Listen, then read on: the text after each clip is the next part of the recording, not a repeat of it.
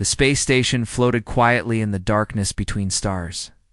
It was a big place, full of lights and noise and people from many different worlds.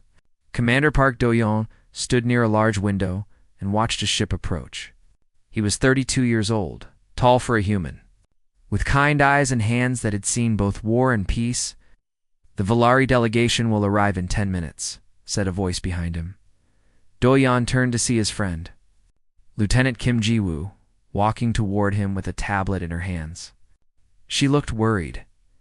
"You seem nervous," Do-yeon said. "Everyone is nervous," Ji-woo replied. "The Valari have never sent diplomats to a human station before. Do you know what they say about them?" Do-yeon nodded slowly. Everyone knew about the Valari. They were one of the oldest species in the galaxy. They were beautiful in a strange way, with silver skin that seemed to glow and eyes that changed color like the sky at sunset. But they were also dangerous. Not because they wanted to be, because they had no choice. The Valari were untouchable. Their skin made a poison that could kill most living things. A single touch could stop a heart. A brush of fingers could end a life. Because of this, the Valari lived apart from everyone. They did not shake hands. They did not hug. They did not know what it felt like to hold another person close. "I read the briefing files," Do-yeon said. "We keep 3 meters away at all times. No physical contact for any reason. Simple enough." Ji-woo shook her head. "It's not simple. It's sad. Can you imagine living like that? Never touching anyone? Never feeling another person's warmth?" Do-yeon did not answer. He had thought about it many times since receiving this assignment. He had lost people in his life. He knew loneliness. But the kind of loneliness the Valari felt was something different. Something deeper. Something that had no end. The ship docked with a soft sound. Do-yeon straightened his uniform and walked to the arrival gate. A small crowd had gathered to welcome the visitors. Diplomats, scientists, and curious crew members all wanted to see the famous Valari. The gate opened, and they came through. There were 5 of them. They moved with a grace that seemed impossible, like they were walking on air instead of metal floors. Their robes were long and white, and their silver skin caught the station lights like mirrors. Their eyes shifted from purple to gold as they looked around at the humans.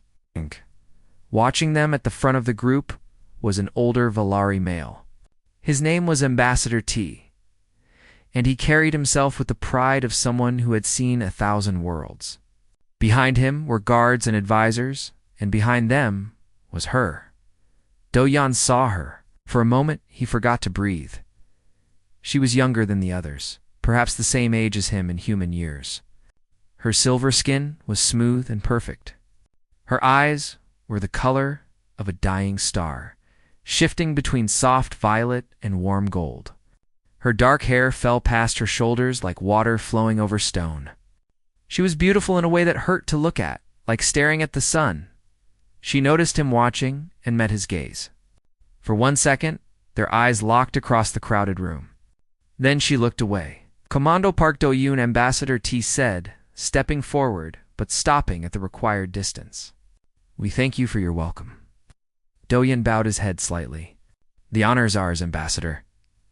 The United Earth Fleet is grateful for this opportunity. Please, let me show you to your quarters," as he led the delegation through the station. Do-yeon learned that the young woman's name was Yuna. She was the ambassador's daughter, serving as a cultural attaché. It was her job to learn about humans and report back to her people. Yuna walked at the back of the group, always 3 meters away from everyone. She watched everything with curious eyes. The humans who passed by would smile at her or nod in greeting. This seemed to surprise her. "Your people are not afraid," she said suddenly. Do-yeon slowed his steps to walk near her, keeping the proper distance. "Afraid of what?" "Of us." "Of me." Her voice was soft, like wind through leaves. "Other species run from us. They treat us like monsters. But your people just smile." "Humans are strange that way," Do-yeon said. "We tend to like things that are different, and we're not very good at being afraid of beautiful things." Yuna's eyes shifted to a brighter gold. He wondered if that meant she was surprised or embarrassed. "You speak freely," she said. "Should I not?" Most diplomats measure their words carefully around Valari. They worry about offending us. Doyan smiled. I'm a soldier, not a diplomat. I say what I think. If that offends you, I apologize. Does not offend me, Yuna said quietly. It is refreshing. They walked in silence for a while. The station was large, and there was much to see. Yuna looked at everything with wonder. She stopped to watch human children playing in a park area. She stared at a couple holding hands as they walked past. Her expression was hard to read, but Doyan thought he saw something like longing in her eyes. Is it true, she asked, that humans touch each other all the time? We do, Doyan said. We shake hands when we meet. We hug our friends. We hold the people we love. Touch is how we show connection. Connection, Yuna repeated the word like she was tasting something she had never eaten before. We have no word for that in my language. Not really. We have words for duty and respect and distance, but not for the thing that touch creates between two people. That sounds lonely. It is all I have ever known. She looked at him with those shifting eyes. Tell me, Commander, what does it feel like? To hold someone? Doyan thought about it. It feels like coming home after a long journey. Like being warm when the world is cold. Like you're not alone anymore, even if just for a moment. Yuna was silent for a long time. Then she said, I think that is the most beautiful thing I have ever heard. And the saddest? They reached her quarters. It was a large room with a view of the stars. Yuna walked to the window and stood there looking out at the endless darkness. Thank you for your kindness, Commander, she said without turning around. I will remember it. Doyon wanted to say more. He wanted to ask her questions, to learn about her world, to understand the weight she carried. But duty called, and the proper distance had to be kept. If you need anything, he said, I am always available. She turned her head slightly. The starlight made her silver skin glow. Why are you being so kind to me? Because everyone deserves kindness, Doyan said, even those who cannot touch it. He left her there by the window, but her face stayed in his mind long after. That night, as he lay in his bed and looked at the same stars she was watching, Doyan thought about walls. The Valari had built walls around themselves for protection, but walls that keep danger out also keep warmth away. He wondered if those walls could ever come down, and he wondered why he cared so much about a woman he could never touch. 3 weeks passed on the station. The Valari delegation attended meetings and toured different areas. They watched humans work and play and live their lives. Slowly, they began to understand these strange, warm-blooded creatures who touched each other so freely. Yuna spent her days taking notes and asking questions. She visited the medical bay and learned how human doctors healed with their hands. She watched children in the school area learn to write by holding pencils. She saw old friends meet after years apart and hold each other close. Every time she saw humans touch, she felt something twist inside her chest. It was not anger or disgust. It was hunger. A deep, old hunger for something she had never tasted. Doyan found reasons to check on her often. He told himself it was his duty as her escort. But the truth was simpler. He liked talking to her. He liked the way her eyes changed color when she was curious or amused. He liked how she asked questions that no one else thought to ask. Why do humans shake hands? She asked him one morning. It started a long time ago, Doyan explained.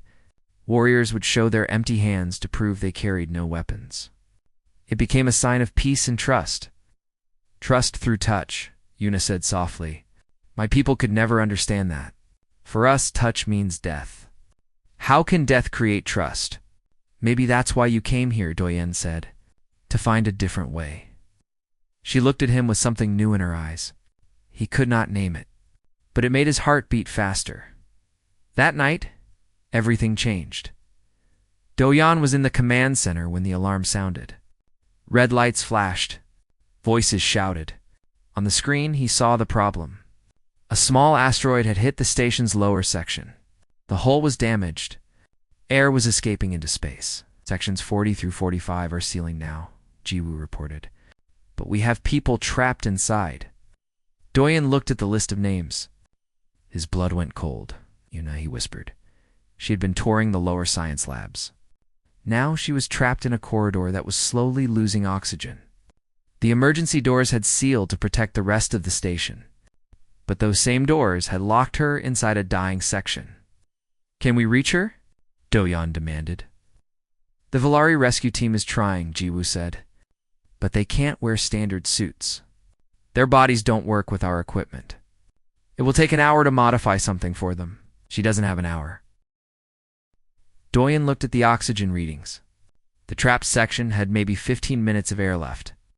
Yuna's silver body was not made for this. She would suffocate before anyone could reach her, unless someone went in now. "Give me a suit," Do-yeon said. Gi-woo grabbed his arm. "Are you crazy? Even if you get to her, you can't touch her. Her skin will kill you." "Maybe, maybe not." He pulled away and ran to the equipment room. The suit was heavy, but familiar. Do-yeon had worn ones like it many times during spacewalks and rescue missions. He checked the seals twice. The polymer material was thick and strong. It might protect him. It might not. He did not care. The airlock opened, and cold hit him even through the suit. He moved through the damaged section, stepping over broken pipes and sparking wires. The lights were failing. He used his helmet lamp to see Yuna. He called through his communicator. No answer. He found her near an emergency airlock, collapsed on the floor. Her silver skin had turned gray. Her eyes were closed. Her chest moved weakly as she tried to breathe air that was almost gone. Do-yeon knelt beside her. "Yuna, can you hear me?" Her eyes opened slowly. The color was fading from them. "Commander, you shouldn't be here. I'm getting you out." "No." She tried to push him away, but she was too weak. "My touch. You will die, and we'll die together," Do-yeon said. "But I don't think that's going to happen." He lifted her in his arms. She weighed less than he expected, like her bones were made of something lighter than human bones. Her body pressed against his suit. He could feel warmth even through the thick material. She stopped fighting. Her head rested against his shoulder. "Why?" she whispered. "Because you matter," he said. "Now save your breath." He carried her through the damaged corridor. Behind them, metal groaned as the section continued to break apart. Ahead, the sealed door waited. Do-yeon hit the emergency release. Nothing happened. He hit it again. Still nothing. "Open this door," he shouted into his communicator. "We're trying." Ji-woo's voice came back. "The system is damaged." Yuna's breathing was getting weaker. She had minutes left, maybe less. Do-yeon looked around. Near the door was an emergency panel. If he could reach the manual controls, he might force it open.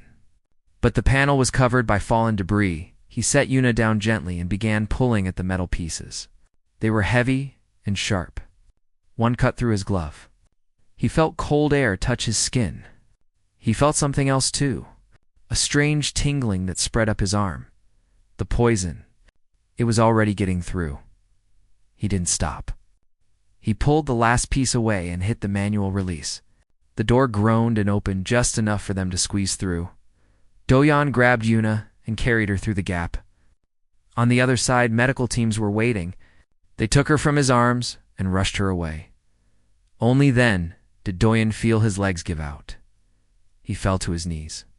The tingling had spread through his whole body. His vision was blurring. Colors that didn't exist danced at the edges of his sight. "Oh, Do-yeon." Ji-woo was beside him, holding him up. "Someone help. Get a doctor." Ambassador T stood nearby, his ancient face showing more emotion than Do-yeon had ever seen. "He touched her," the ambassador said in disbelief. "He actually touched her. No one has ever done that. No one would dare. He's human," Gu-woo said. "We do stupid things for people we care about." Do-yeon tried to speak, but his tongue felt thick. The world was spinning. The last thing he saw before everything went dark was Yuna's face. Someone was carrying her away, but she was looking back at him. Her eyes were wide with something he had never seen there before. Fear. Not for herself. For... Then, darkness took him. He woke in the medical bay. Bright lights hurt his eyes. Voices spoke in worried tones. He heard words he didn't understand. Something about toxin levels, an immune response, an unprecedented reaction. A doctor leaned over him. She was human, with gray hair and tired eyes. "You should be dead," she said. "Am I?" Do-Yan asked. His voice sounded far away. "Not yet. Your body is fighting the Valari toxin. It's not winning, but it's not losing either. We've never seen anything like it." "What about Yuna?" The doctor paused. "She's alive. Thanks to you. She's been standing at your door for 3 days, but she can't come in. The risk is too high." 3 days. He had been unconscious for 3 days. Do-Yan turned his head. Through the window of his room, he could see her. Yuna stood in the hallway, her silver skin pale with worry. When she saw him looking at her, she pressed her hand against the glass. He raised his own hand slowly and pressed it to the glass from his side. They stayed like that for a long time. 2 hands separated by a thin barrier. Too far apart, but closer than they had ever been before. The medical bay became the center of something historic. Human doctors and Valari scientists worked side by side for the first time ever. They studied Do-Yan's blood. They watched his body fight. They took notes and ran tests and argued about what it all meant. Do-Yan lay in his bed and watched the ceiling. His fever came and went in waves. Some hours he felt almost normal. Other hours he could not tell what was real and what was dream. The Valari toxin was strange. It did not kill him quickly like it killed others. Instead, it moved through his body slowly, and his body pushed back. The human doctors called it remarkable. The Valari scientists called it impossible. Human immune systems are aggressive, the head Valari scientist explained to Ambassador T. They attack everything they do not recognize. Most species' immune systems are more selective. They only fight certain threats. But humans fight everything. This makes them resistant to our toxin? The ambassador asked. Not resistant, more like stubborn. The scientist almost smiled. Their bodies refuse to give up. They keep fighting even when they should accept defeat. It is very human. Yuna visited every day. She stood at the doorway of his room, never crossing the threshold. The doctor said it was too dangerous. Even the small amount of toxin left on her skin from when he carried her could make his condition worse, so she stood and watched and talked. "Tell me about Earth," she said one morning. Do-Yan turned his head to look at her. She was wearing white robes today. Her silver skin looked healthier than it had that terrible night. "What do you want to know?" he asked. "Everything. What does rain feel like? What does grass smell like? What sounds do your oceans make?" He thought for a moment. Rain feels like 1,000 tiny fingers tapping on your skin. Cold at first, then you get used to it. Grass smells like life itself, fresh and green, especially after rain. And oceans. Oceans sound like breathing. The waves come in and go out like the whole world is alive and resting. Yuna's eyes shifted to a deep violet. "Your world sounds beautiful." "It is. I hope you can see it someday. Maybe I will." She paused. "Do-Yan, I need to ask you something." He had noticed that she stopped calling him Commander. He liked the way his name sounded in her voice. "Ask me anything," he said. "Why did you save me? You knew what would happen. You knew you could die. Why did you do it?" Do-Yan looked at her for a long time. There were many answers he could give. Duty. Honor. The right thing to do. All of them would be true. But none of them would be the whole truth. "Because the thought of you dying was worse than the thought of dying myself," he said finally. "Because in 3 weeks, you became important to me. Because when I saw you lying there on that floor, something inside me broke. And the only way to fix it was to bring you back." Yuna's eyes changed colors rapidly. Purple, gold, violet, amber. He had never seen them do that before. "You care about me," she whispered. "But you can never touch me. You know this now better than anyone. My skin nearly killed you. How can you care about someone you can never hold?" Do-Yan smiled weakly. "I don't know, but I do.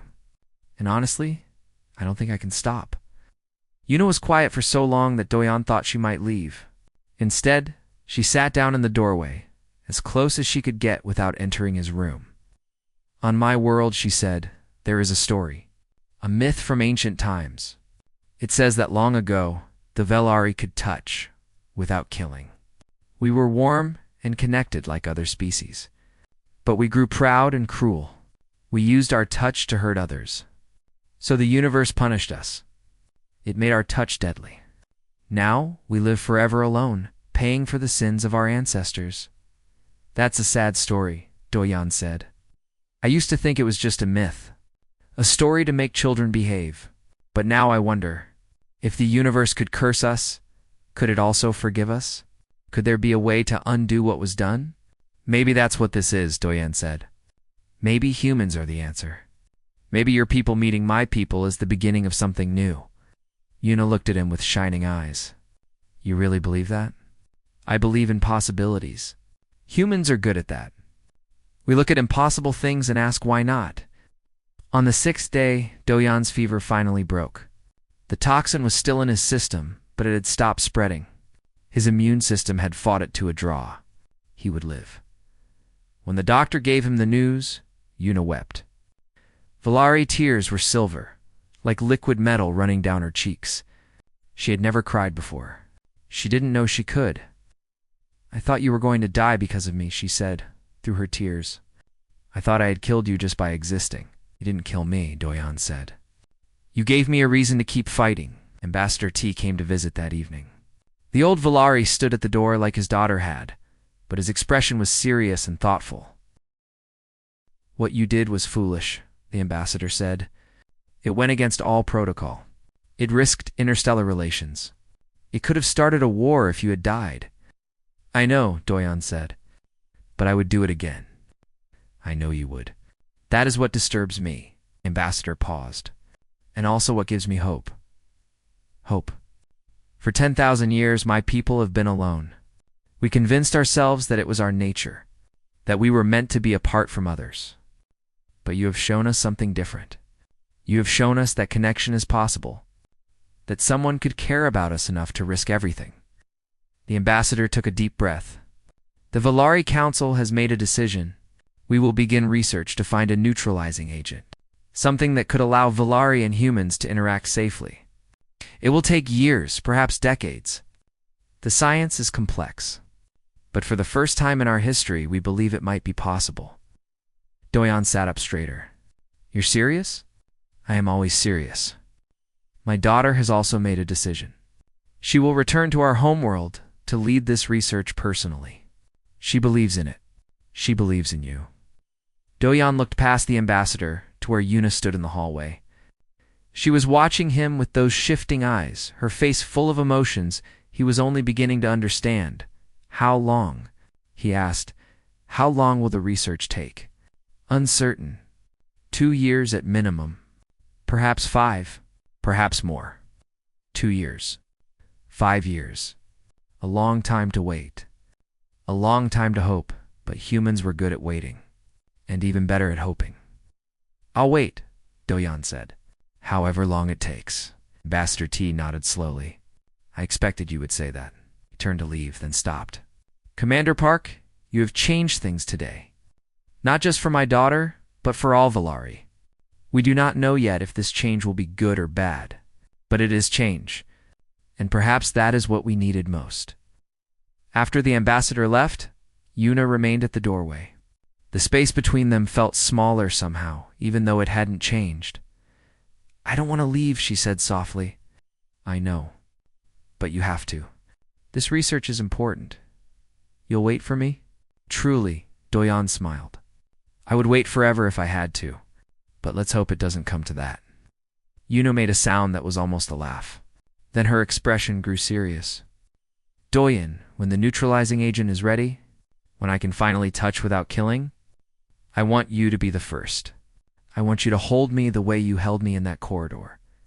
But without the fear, without the poison, just warmth, I promise, Doyan said. I'll be there. She pressed her hand to the doorframe. He pressed his hand to the air between them. It wasn't touch, but it was something. It was a beginning. The first message arrived 3 days after Yuna's ship left the station. It was short, just a few words. I miss you already. The stars look different without you watching them beside me. Doyen read it 17 times. Then he wrote back, "Station feels empty without you. Even the colors seem duller. Stay safe. I'm counting the days." This was how it began. Messages sent across light years through quantum links. Words traveling faster than ships ever could. Every few days something new would arrive. A thought. A question. Memory. A hope. The first year was the hardest. Doyen was promoted to captain and given command of a deep space research vessel called the Horizon. It was a good ship with a good crew. They explored distant worlds and mapped new star systems. But every night before he slept, Doyen would sit in his quarters and read Yuna's latest message. She told him about the research. The Valari scientists were studying human blood samples, trying to understand what made humans resistant to their toxin. The work was slow.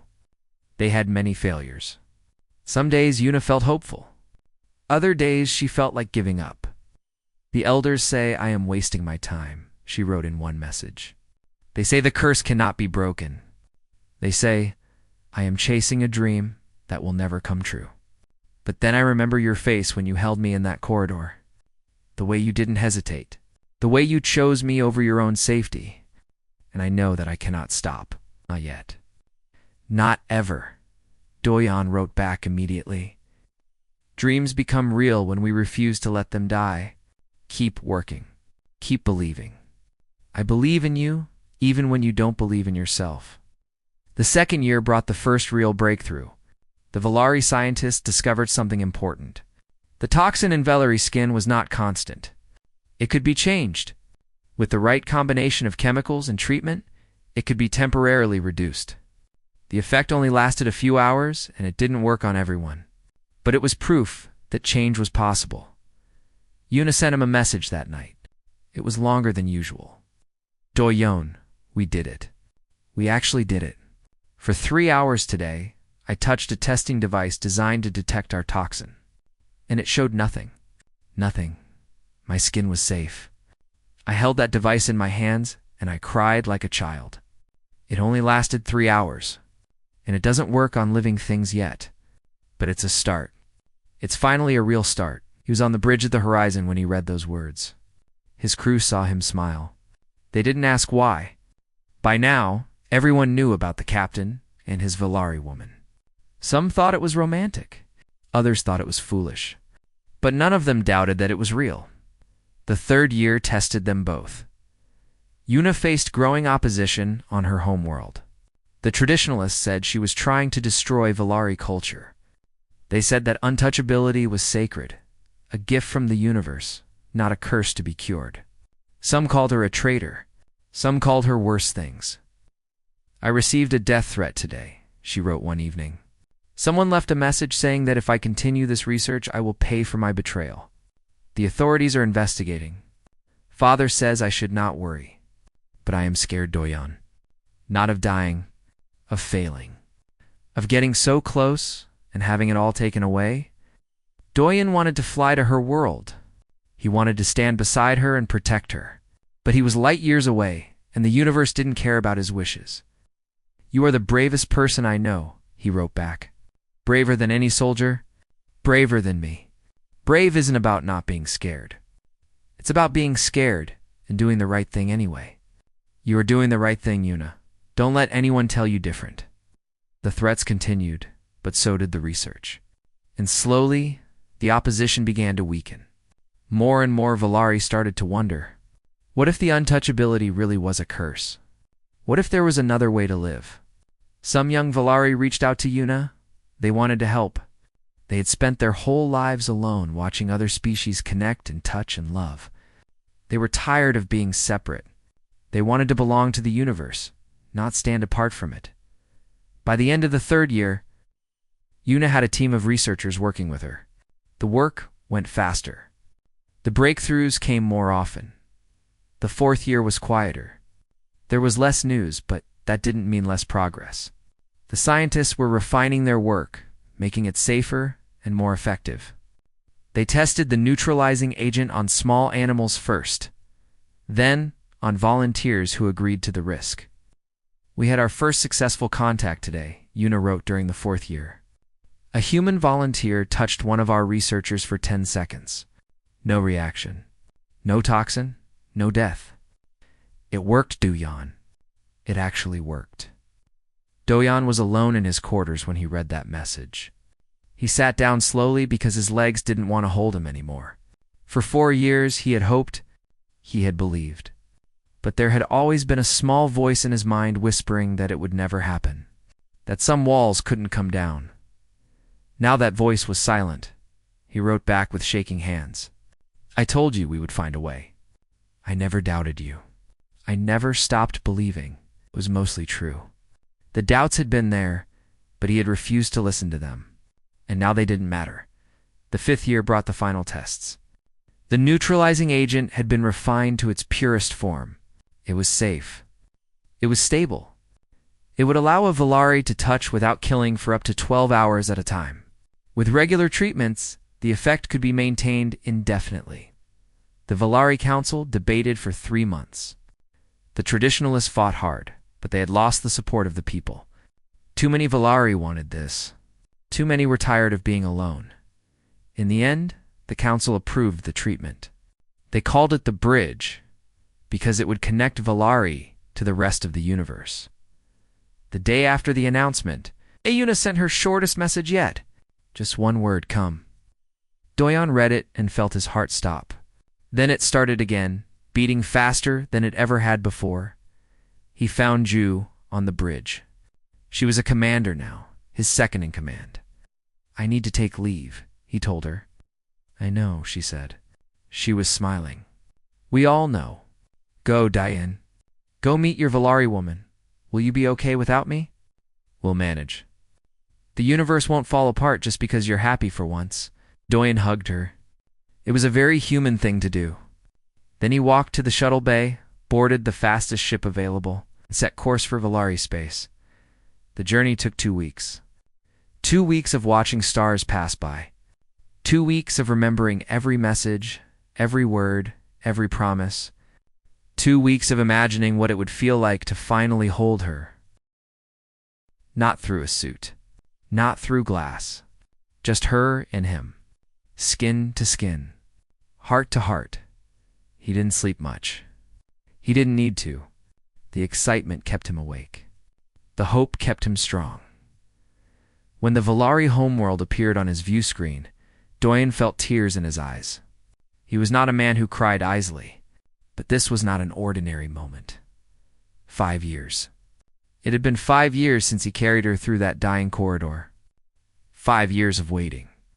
5 years of believing. The wait was finally over. The neutral station orbited a small moon between Valari space and human territory. It was a quiet place, built for moments like this. Moments when 2 worlds came together. Moments when history changed. Do-Yan arrived first. He walked through empty corridors until he found the observation room Una had described in her last message. It was a large space with a curved window that showed the whole universe outside. Stars burned in the darkness. A nearby nebula painted the sky in shades of purple and gold. He stood there and waited. His heart beat so hard he could hear it in his ears. The door opened behind him. He turned around. Una was there. 5 years had changed. Her somehow. She stood taller now, with the confidence of someone who had fought hard and won. Her silver skin glowed softly in the starlight. Her eyes shifted between violet and gold, just like they had when he first saw her.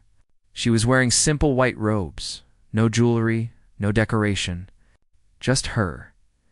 She was the most beautiful thing he had ever seen. For a long moment, they just looked at each other. Neither moved. Neither spoke. After 5 years of messages and dreams and waiting, the reality of being in the same room was almost too much to process. Then Una smiled. It was a small smile, shy and uncertain. She had spent her whole life learning not to get close to people. Old habits died hard. You came, she said. I told you I would. His voice was rough with emotion. However long it took. I received the treatment this morning. She held up her hand and looked at it. The doctors say I am safe now.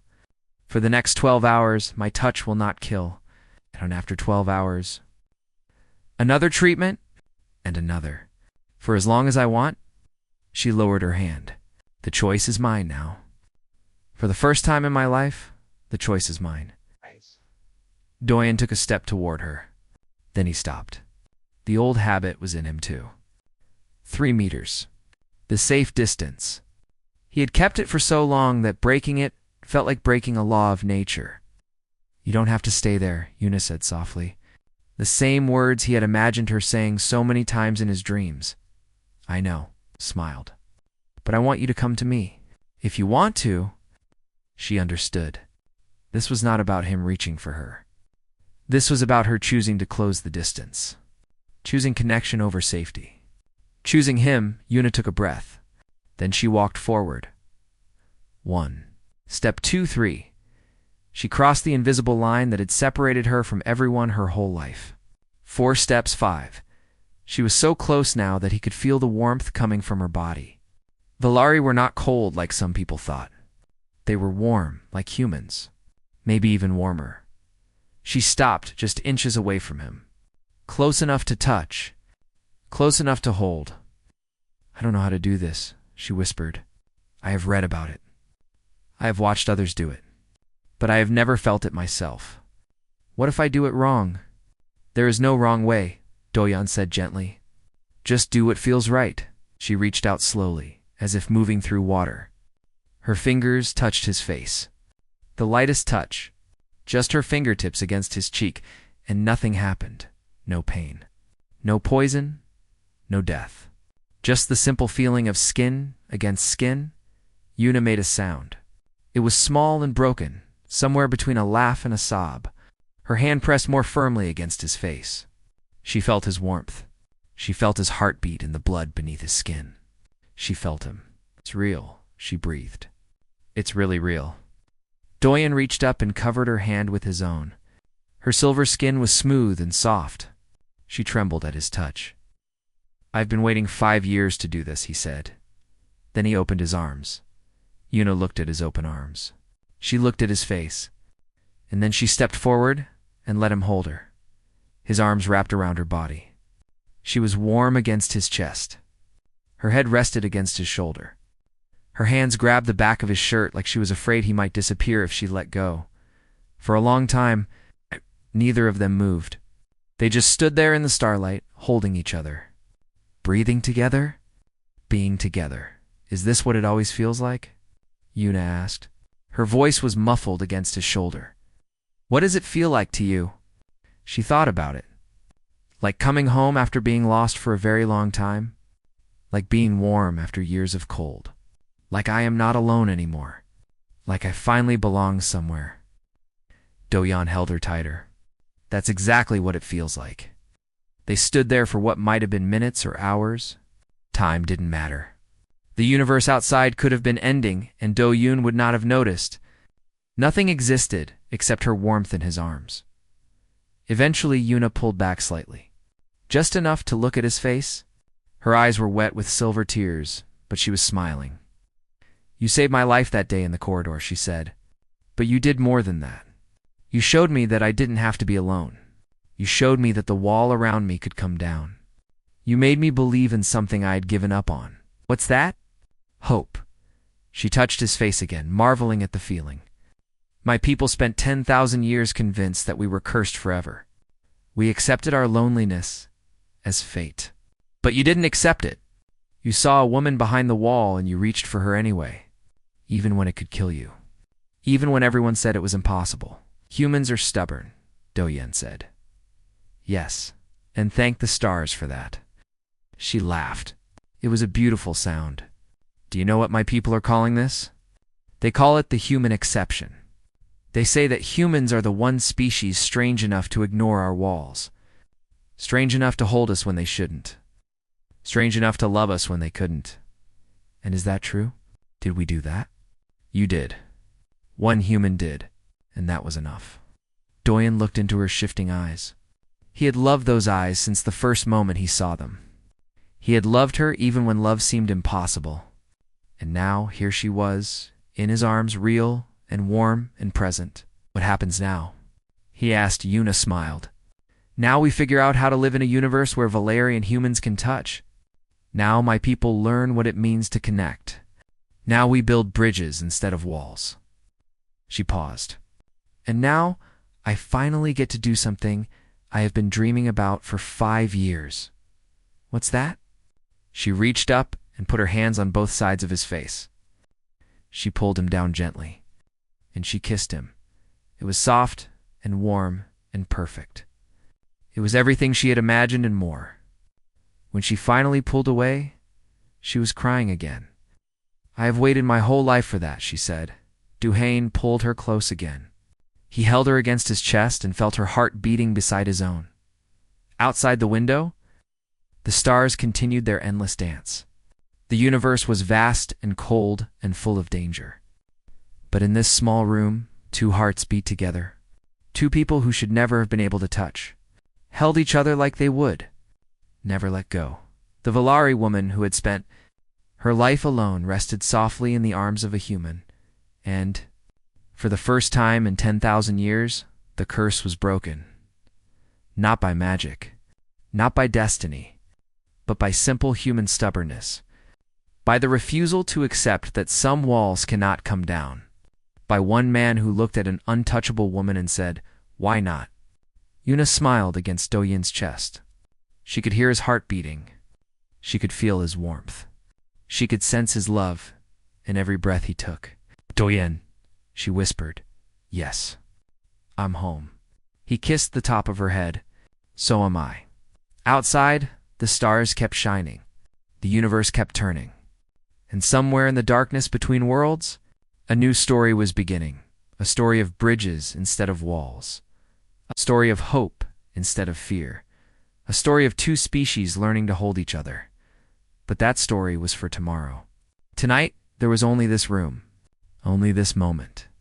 Only 2 people who had waited 5 years for a simple embrace. The untouchable alien. Woman rested softly in the arms of a human, and they both knew that everything was going to be all right.